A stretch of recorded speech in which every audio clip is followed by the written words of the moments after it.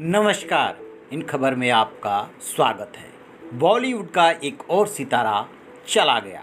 इरफान खान के बाद जिस तरीके से ऋषि कपूर ने 24 घंटे में ही इस दुनिया को अलविदा कहा है, उससे शोक की लहर है। उनकी दो ख्वाहिशों की बहुत चर्चा हो रही है। पहली ख्वाहिश उनकी ये थी कि पेशावर में जो उनके दादा परदादा की हवेली थी, वहाँ पे वो जाएं, उनके बच्चे यानी कि रणबीर कपूर भी जाएं और दोनों देशों में एका हो जाए। ये बहुत अच्छी बात है। ये तो शायद ख्वाहिश पूरी ना हो पाए। दूसरी ख्वाहिश ये थी कि जो बेटे हैं रणबीर कपूर, बेशक वो आपस में लड़ते झगड़ते हैं, लेकिन उनका परिवार बस जाए। ये पूरी हो जाएगी, क्योंकि ये तो बहुत स्वाभाविक सी और सामान्य सी बात है। लेकिन इसके अलावा उनका जो स्वभाव था और जो अंदाज था वो बहुत बेबाक था और इसके लिए वो लंबे समय तक याद किए जाएंगे। पहली बात ये कि जब भी कोई डिस्प्यूटेड इशू आता था, वो बोलने से पीछे नहीं हटते थे। जब दोनों जर्मनी का एका हुआ, बात चलती थी भारत और पाकिस्तान की, जितनी बार भी उनसे बात हुई, हमेशा वो इस बात का फेवर करते हैं कि भारत और पाकिस्तान एक हो जाए। जर्मनी की दीवार गिर सकती है तो फिर भारत और पाकिस्तान एक क्यों नहीं हो सकते। जब कश्मीर की चर्चा आई, तब भी उन्होंने यही राय रखी कि हमें रियलिटी को स्वीकार कर लेना चाहिए।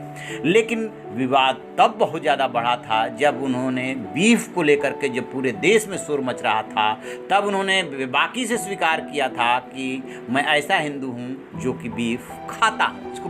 इसको लेकर के आलोचना भी उनकी हुई, लेकिन उन्होंने इसको स्वीकार करने से वो कभी पीछे नहीं हटे। और सिर्फ बीफ का ही इशू नहीं रहा, और बहुत सारे इशू रहे जिस पे जब भी देश में मॉब लिंचिंग की बात हो, चाहे और सांप्रदायिक आधार पे वर्गीकरण की बात हो, बहस छिड़ती थी, तो वो अपनी राय रखते थे।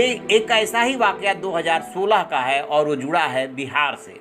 बिहार में नीतीश कुमार ने जब शराबबंदी लागू की थी, तो वो इस फैसले से खुश नहीं हुए और उन्होंने एक ट्वीट किया था, वाह नीतीश कुमार, शराब के लिए 10 साल की सज़ा और हथियार रखने के लिए मात्र 5 साल, मैं बिहार नहीं आ रहा। 2016 में आप इतने अदूरदर्शी कैसे हो गए।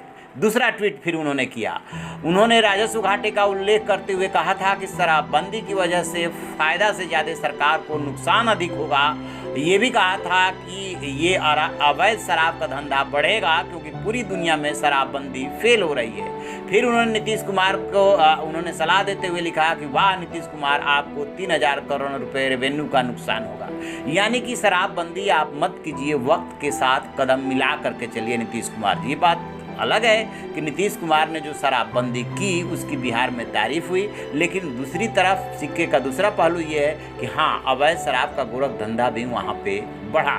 तो ये थे ऋषि कपूर, जो कभी भी किसी भी इशू पे बोलने से पीछे नहीं हटते थे। यहाँ तक कि ट्विटर पे बहुत ज़्यादा एक्टिव हुआ करते थे और उनके फैंस या विरोधी जब एक्टिव हो जाते थे किसी बात को लेकर के, तो वो उसी अंदाज में मुंह तोड़ जवाब दिया करते थे जब उनकी आलोचना होती थी। तो ये व्यक्तित्व था ऋषि कपूर का। तो आप ऐसी खबरों के लिए देखते रहिए हमारा डिजिटल चैनल इन खबर। Thank you. इन खबर चैनल को सब्सक्राइब करें और बेल आइकन दबाना ना भूलें।